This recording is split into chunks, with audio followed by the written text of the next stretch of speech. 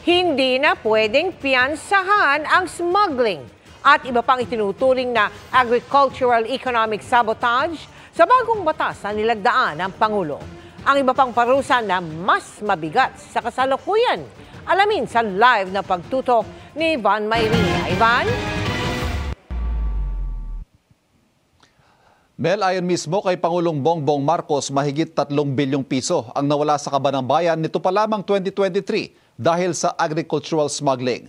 Pero dahil daw sa Anti-Agricultural Economic Sabotage Act na pinirmahan ngayon pa lang, ay magdadalawang isip na raw itong mga smuggler at hoarder dahil sa mas mabigat na parusa at mas malaki multa sa pananamantala. Nitong Agosto, bistado sa isang bodega sa Navotas ang halos 50 milyong pisong halaga ng umano'y smuggled agricultural product tulad ng sibuyas, carrots at kamatis. Smuggled din umano ang 85 milyong pisong halaga ng produktong nasabat sa Parañaque nitong September 5. At ang 18 milyong pisong halaga ng smuggled na sigarilyo na kumpiskado sa Maguindanao del Norte nitong Lunes. Pero marami ng ganitong kaso ng smuggling na nakakalusot ng walang buwis at dagdag kompetisyon pa sa mga lokal na produkto, kaya pwede ikalugi ng mga magsasaka. Halimbawa, economic sabotage ika nga, kaya higpitan pa sa Anti-Agricultural Economic Sabotage Act na nilagdaan na ng Pangulo.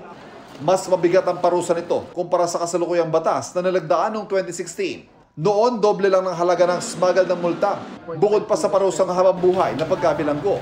Ngayon, under this law, smuggling, hoarding, profiteering, and cartel operations involving agricultural and fishery products will now be classified as economic sabotage, a non-bailable offense punishable by life imprisonment and fines up to 5 times the value of the goods involved.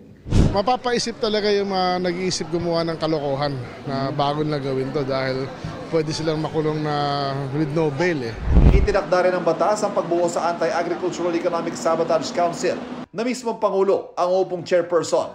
Magkakaroon din ng enforcement group na binubuo ng PNP, NBI, Coast Guard at Department of Finance. May team din ng mga piskal na tututok sa mga kaso ng mga smuggling at pananamantala. No longer will these cases gather dust. They will be prioritized and they will be resolved urgently. Maganda yan, at least mahihiwalay and may tututok talaga.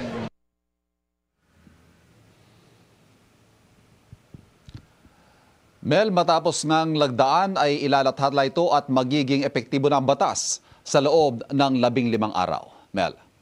Ivan, sino kaya ang tatargetin ng batas na yan? Yung sa mga raid, sa mga bodega, madalas, alam mo, mga tauhan lang yung dinadatnan. Ivan? Tama, Mel. Siyempre, ang gusto ng Pangulo, ang mapaparusahan siyempre yung mastermind, pero wala daw sisinuhin ang batas na ito. Maging yung mga empleyado, maging yung mga staff, maging transporter at financier, ay lahat daw mananagot sa batas na ito, Mel. Maraming salamat sa iyo, Ivan Mayrina.